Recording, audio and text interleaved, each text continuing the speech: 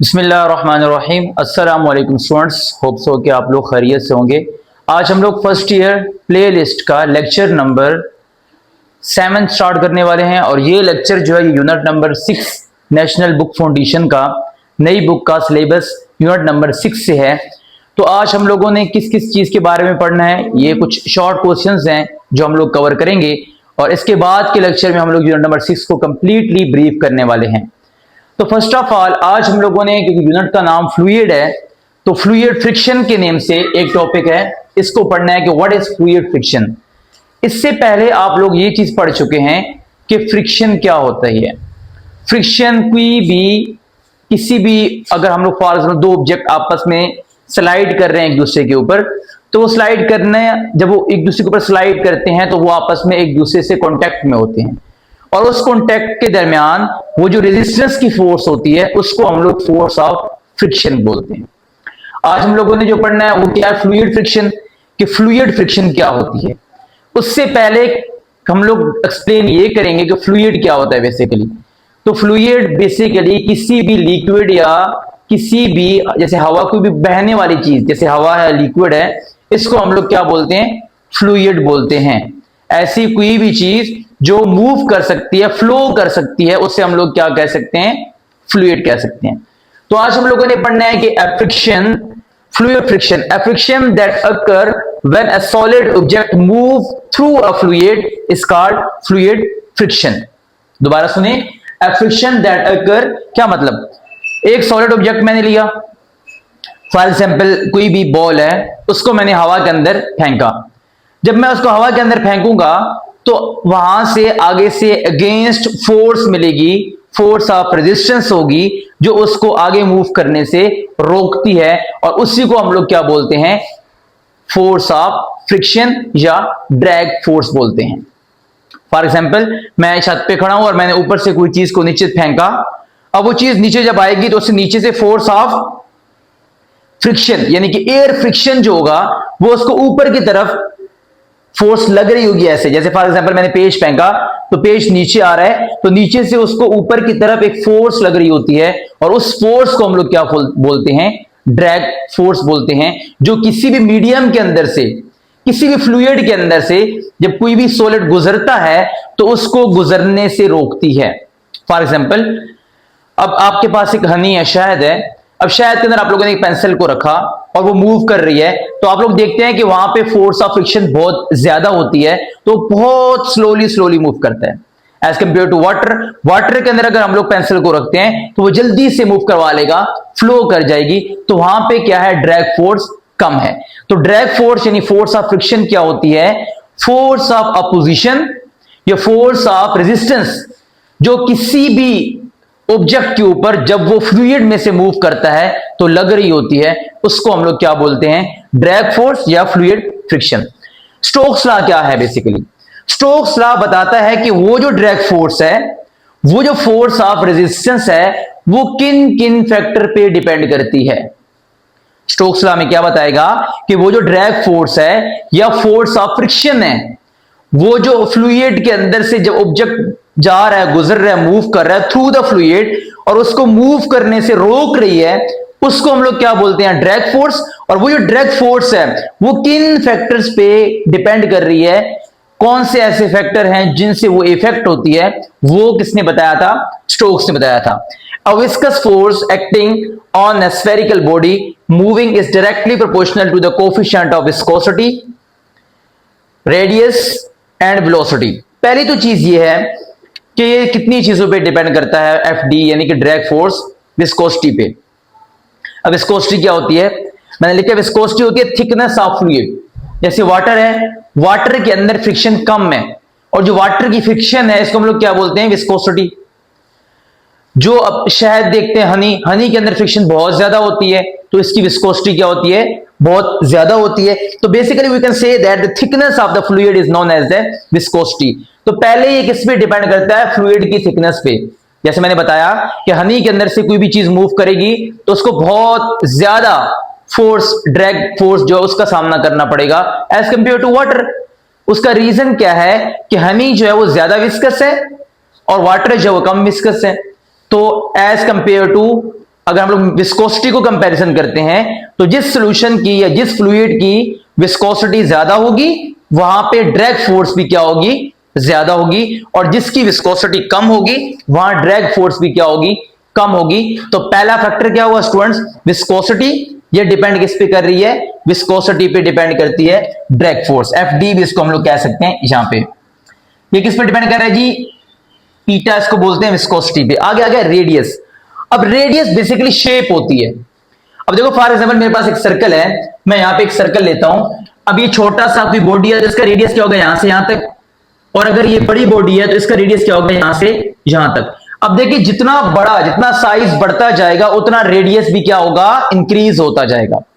तो स्टूडेंट आप लोगों ने क्या समझना है कि रेडियस बेसिकली शेप होती है, यानी कि बड़ी बॉडी है तो उसको ज्यादा ड्रैग फोर्स का सामना करना पड़ेगा, और छोटी बॉडी है तो उसको ज्यादा ड्रैग फोर्स का सामना करना पड़ेगा। फॉर एग्जांपल आपने देखा होगा एरोप्लेन जो होते हैं या ट्रेनें जो होती हैं या जो इवन के परिंदे होते हैं, उनका जो फ्रंट साइड यानी कि जो उनका फ्रंट पोर्शंस होते हैं वो बिल्कुल स्लाइडली छोटा सा पोर्शन होता है, और उसको हमने क्या किया होता है, श्रिल किया होता है। जैसे एरोप्लेन का बिल्कुल राउंड टिप में होता है, इसी तरीके से आप बर्ड्स देखो तो उनके पर होते हैं लेकिन उनके जो गर्दन होती है वो बिल्कुल छोटा सा एरिया होता है। फिश देख लेते हैं आप लोग, उसका भी आगे से ऐसा मुंह बना हुआ है कि आगे से बहुत ही कम सरफेस एरिया होता है। तो जितना ज्यादा सरफेस एरिया होता है उतना ज्यादा उसे ड्रैग फोर्स का सामना करना पड़ता है। आप ट्रक की एग्जांपल ले लें, बहुत ज्यादा सरफेस एरिया होती है। कार की एग्जांपल ले लें, आप जितनी भी रेसिंग कार देखते हैं उनका बिल्कुल साइज छोटा होता है। उसका रीजन क्या होता है कि जितना साइज कम होगा उतना फोर्स ऑफ फ्रिक्शन जो होगी यानी कि ड्रैग फोर्स होगी वो कम होगी। तो force of friction in fluid, drag force जिसे बोलते हैं, वो किन फैक्टर्स पे डिपेंड कर रही है, शेप पे। दूसरा किस पे डिपेंड कर रही है हमारे पास, विस्कोसिटी पे। और तीसरा हमारे पास वो डिपेंड कर रही है स्पीड पे। जो बॉडी जितना ज्यादा मूव कर रही होगी उसको उतना ज्यादा फ्रिक्शन की फोर्स, उतनी ज्यादा ड्रैग फोर्स का सामना करना पड़ेगा। फॉर एग्जांपल आप गाड़ी में बैठे हो और गाड़ी की स्पीड स्लो है और आपने हाथ बाहर निकाला तो हवा आपको स्लो स्लो से लग रही होती है। बस गाड़ी की स्पीड तेज होती है तो वही हवा आपको बहुत तेज लगती है, इवन कि वो प्रेशर बना लेती है।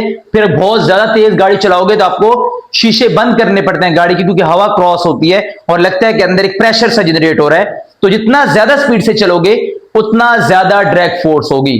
तो ड्रैग फोर्स कितनी चीजों पे डिपेंड कर रही है, स्पीड यानी वेलोसिटी ऑफ द ऑब्जेक्ट पे, shape, radius of the object पे, विस्कोसिटी यानी कि थिकनेस ऑफ द फ्लूइड पे ये डिपेंड कर रही होती है। जब अब ये 6 पाई कहां से आया, तो स्टूडेंट्स ये होता है F D is directly proportional to, F D is directly proportional to and F D is directly proportional to V. और जब प्रोपोर्शनैलिटी का साइन हटाते हैं तो 6 पाई हमारे पास क्या आ जाएगा, एज ए कांस्टेंट आएगा इस ड्रैग फोर्स के अंदर। तो होप स्टूडेंट्स आपको समझ आ गया होगा कि ड्रैग फोर्स और स्टोक्स लॉ क्या क्या है। ड्रैग फोर्स को ही डिफाइन करता है स्टोक्स लॉ, और स्टोक्स लॉ बताता है कि ड्रैग फोर्स किन चीजों पे डिपेंड कर रहा है। Okay, when an object move through a fluid, a retarding force experienced by the object moving through it is called the drag force. It depend upon the, वो चीज बता चुका हूं कि जब कोई भी ऑब्जेक्ट किसी भी फ्लूइड के अंदर से मूव करता है उसको रिटार्डिंग फोर्स, मतलब कि उसे रेजिस्टेंस की फोर्स का सामना करना पड़ता है, और उसी रेजिस्टेंस की फोर्स को हम लोग क्या बोलते हैं, ड्रैग फोर्स। और उसको किसने डिफाइन किया, स्टोक्स ने, कि ड्रैग फोर्स किन चीजों पे डिपेंड करता है, विस्कोसिटी पे, सेकेंडली वेलोसिटी पे, थर्डली शेप पे। ये 3 चीजों पे वो क्या करता है, डिपेंड करता है। ओके, नेक्स्ट टॉपिक है हमारा स्टूडेंट्स टर्मिनल वेलोसिटी। जब मैं टर्मिनल वेलोसिटी पढ़ाता हूं तो मैं एक चीज आपको कंफर्म बताता हूं, वो ये कि आप लोगों ने इसमें 2 वर्ड याद रखने हैं जिन पे ये पूरे का पूरा डिपेंड करता है, attain and maintain. For example एक एरोप्लेन है और एरोप्लेन से किसी ने जंप किया, पैराशूटर ने या किसी भी कोई चीज मैंने फेंकी एरोप्लेन से, तो स्टार्टिंग में उसकी स्पीड क्या होगी, स्लो होगी। विद इन नैनो सेकेंड वो अपनी स्पीड को गेन करेगी, और वो जो स्पीड अब बॉडी गेन करेगी वो लास्ट तक उसकी स्पीड वही रहेगी। उस स्पीड को हम लोग क्या बोलते हैं, टर्मिनल वेलोसिटी। पहला वर्ड देखें, द कांस्टेंट मैक्सिमम वेलोसिटी। कोई ऑब्जेक्ट ऊपर से मैंने फेंका और उसकी मैक्सिमम वेलोसिटी जब वो अटेन कर लेगा, अटेन मतलब होता है जब उसको पहुंच जाएगा, जब वो अपनी मैक्सिमम वेलोसिटी को गेन कर लेगा, एंड फिर क्या होता है, मेंटेन। जब गेन कर लेगा उसके बाद आखिर तक उसकी स्पीड वही रहे, उसको हम लोग क्या बोलते हैं, टर्मिनल वेलोसिटी बोलते हैं। तो स्टूडेंट दोबारा सुना आप लोगों ने, maximum constant velocity which is attained and maintained by object moving through a fluid। एक फ्लूइड के अंदर से कोई ऑब्जेक्ट, मैंने जैसे आपको बताया कि हमने एरोप्लेन से कोई चीज फेंकी तो स्टार्टिंग में उसकी स्पीड थोड़ी सी स्लो होती है, बट थोड़ी देर के बाद वो अपनी स्पीड को गेन कर लेगा, और वो जो स्पीड गेन करेगा वही स्पीड फिर आखिर जमीन तक गिरने तक सेम रहती है, वो कांस्टेंट स्पीड होती है, उसको हम लोग क्या बोलते हैं, टर्मिनल वेलोसिटी बोलते हैं। तो दो वर्ड्स हैं सिर्फ, constant, maximum constant velocity which is attained and maintained by a body while falling through resistive medium यानी fluid is called terminal velocity। अब एक इन चीजों पे डिपेंड करती है स्टूडेंट्स, ये देखना, सबसे पहला ये पता है कि फोर्स जब वो नीचे की तरफ आ रहा है तो नीचे की तरफ उस पर कौन सी फोर्स एक्ट कर रही है, उसकी वेट की फोर्स। एक ऑब्जेक्ट नीचे गिर रहा है तो उसको वेट की फोर्स से नीचे लेके आ रही है ना, ग्रेविटी उसे नीचे लेके आ रही है एक। सेकेंडली एक फोर्स वो है जो उसको ऊपर की तरफ लेके जा रही है, जो हम लोगों ने पढ़ा ड्रैग फोर्स। तो एक ऑब्जेक्ट ये है, ये अगर नीचे की तरफ आ रहा है तो इसको कौन सी फोर्स लेके आ रही है, वेट की फोर्स, और इसको ऊपर की कौन सी फोर्स लेके जा रही है, ड्रैग फोर्स। कौन सी फोर्स, ड्रैग फोर्स, जो इसको नीचे गिरने से रोक रही है, रेजिस्ट कर रही है, तो वो कौन सी फोर्स है, ड्रैग फोर्स है। और जो खुद नीचे की तरफ आ रहा है वो किस वजह से आ रहा है, अपने वेट की वजह से, और वेट किस वजह से होता है, ग्रेविटी की वजह से। ओके, मैंने लिखा जी F is equal to W minus F D. क्या मतलब, जो उसकी वेट की पूरी फोर्स है उसमें से जब वो फोर्स निकाल दो जो ऊपर की तरफ लग रही है तो रिमेनिंग फोर्स हमारे पास क्या बचेगी, टर्मिनल वेलोसिटी बचेगी। कैसे, फॉर एग्जाम्पल एक ऑब्जेक्ट नीचे गिरा, अब उसकी वेट की वो फोर्स है, ठीक है, वेट, उसकी वेट की वजह से वो नीचे आ रहा है, बट जरूरी नहीं है कि वो सारे की सारी वेट की वजह से नीचे आ रहा है, तो उससे कोई, जब नीचे से कोई चीज ऊपर की तरफ रेजिस्ट भी कर रही है ना, ये ऊपर से नीचे गिर रहा है, इसकी वेट की फोर्स है, और यहां से इसको कौन सी फोर्स लग रही है, ड्रैग फोर्स। तो जब मैं इस फोर्स में से ये नीचे ऊपर जाने वाली फोर्स सब्ट्रैक्ट करूंगा तो मेरे पास क्या आ जाएगी, एफ आ जाएगी। ये डब्ल्यू, इसका डब्ल्यू जो नीचे आ रहा है, माइनस एफ डी जो इसको ऊपर खींच रहा है, ये इसको सिंपल कर लो, एफ डी ऊपर की तरफ है और डब्ल्यू नीचे की तरफ है, दोनों आपस में क्या है, ऑपोजिट डायरेक्शन में है, और according to physics opposite direction में हम लोग क्या लगाते हैं, माइनस का साइन लगाते हैं। तो हम लोगों ने क्या किया, W minus F D, W का फार्मूला होता है एम जी माइनस 6 पाई, ये किसका मैंने फार्मूला लगाया है, जो स्टोक्स लॉ ने बोला वही फार्मूला मैंने लगा दिया। ओके, अब यहां पे फिर आ गया एक्सेलरेशन, हमने जीरो किया हुआ है, तो चलो स्टूडेंट्स वो थोड़ा सा डेरिवेशन साइड पे आ गई थी तो क्लियर नहीं हो रही थी, इसलिए मैंने डेरिवेशन बिल्कुल सामने कर दिया ताकि आप लोगों को बहुत आसानी से समझ आ सके। हमने क्या कहा था, जो एफ हमारे पास होगा वो इक्वल होगा डब्ल्यू माइनस एफ डी। बता चुका हूं क्यों, कि डब्ल्यू जो नीचे की तरफ वेट की फोर्स है और एफ डी जो ऊपर की तरफ है, जब ये ऑपोजिट डायरेक्शन में है तो हम लोग क्या करेंगे, माइनस का साइन लगाएंगे, डब्ल्यू माइनस, डब्ल्यू का फॉर्मूला क्या होता है, एम जी, और माइनस एफ डी आ गया। ओके, अब मैंने यहां पे एक्सेलरेशन को एम ए की जगह पे जीरो पुट किया। जीरो क्यों पुट किया, क्योंकि हम लोगों ने जब डिफिनेशन लिखी थी तो उसके अंदर क्या लिखा था कि कांस्टेंट वेलोसिटी, तो कांस्टेंट वेलोसिटी जब होगी तो एक्सेलरेशन क्या होती है, जीरो की इक्वल होती है। तो मैंने कहा is equal to zero because velocity is a constant. जब ये जीरो हो गया तो एम जी यहां से इधर आ गया और एफ डी यहां पे, तो मेरे पास क्या आ गया, M G is equal to F D. तो इससे पिछले वाले में हम लोगों ने जब पहले बोर्ड प्रिपेयर किया था तो उसमें यहां पे इस तरफ मैंने क्या बताया था, स्टोक्स लॉ। स्टोक्स लॉ में एफ डी किसकी इक्वल था, 6 पाई विस्कोसिटी आर और वी डी, टर्मिनल वेलोसिटी बोल रहे हैं, क्योंकि हम लोगों ने कौन सी वेलोसिटी फाइंड करनी है, टर्मिनल वेलोसिटी फाइंड करनी है। ओके, तो हम लोगों ने क्या लिखा, M G is equal to 6 pi, ये इसकी वैल्यू पूरी पुट कर दी। अब तो स्टूडेंट्स आपको पता है कि मैस की वैल्यू हम लोग कैसे पुट करेंगे, डेंसिटी का फार्मूला होता है मैस बाय वॉल्यूम। अगर मुझे चाहिए मैस तो मैं क्या करूंगा, v इधर आगे क्या हो जाएगा, डेंसिटी के साथ मल्टीप्लाई हो जाएगा। यही m की वैल्यू मैंने इस m की जगह पुट की है, density v multiply g into बाकी वही वैल्यू एज इट इज नीचे आ गई। अब अगर देखें स्टूडेंट्स, अगर vt इधर ही रहेगा तो 6 पाई विस्कोसिटी r इधर आगे क्या हो जाएगा, डिवाइड हो जाएगा, हो गया डिवाइड।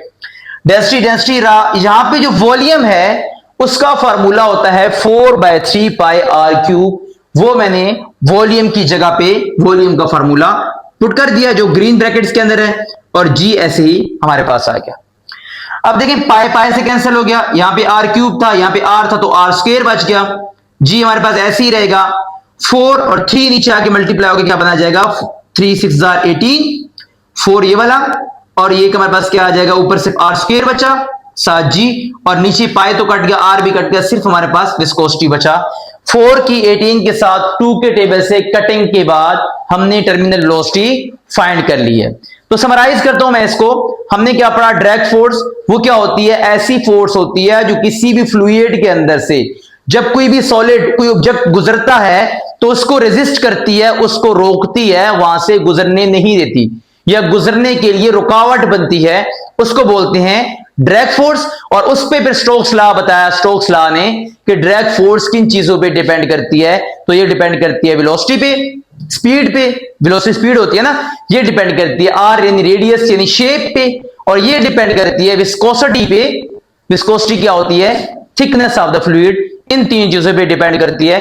ये था स्टोक्स लॉ।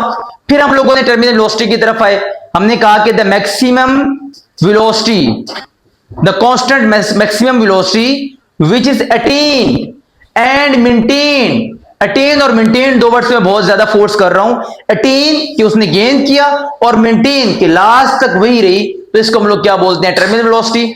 उसके लिए हम लोगों ने ये डेरिवेशन की है।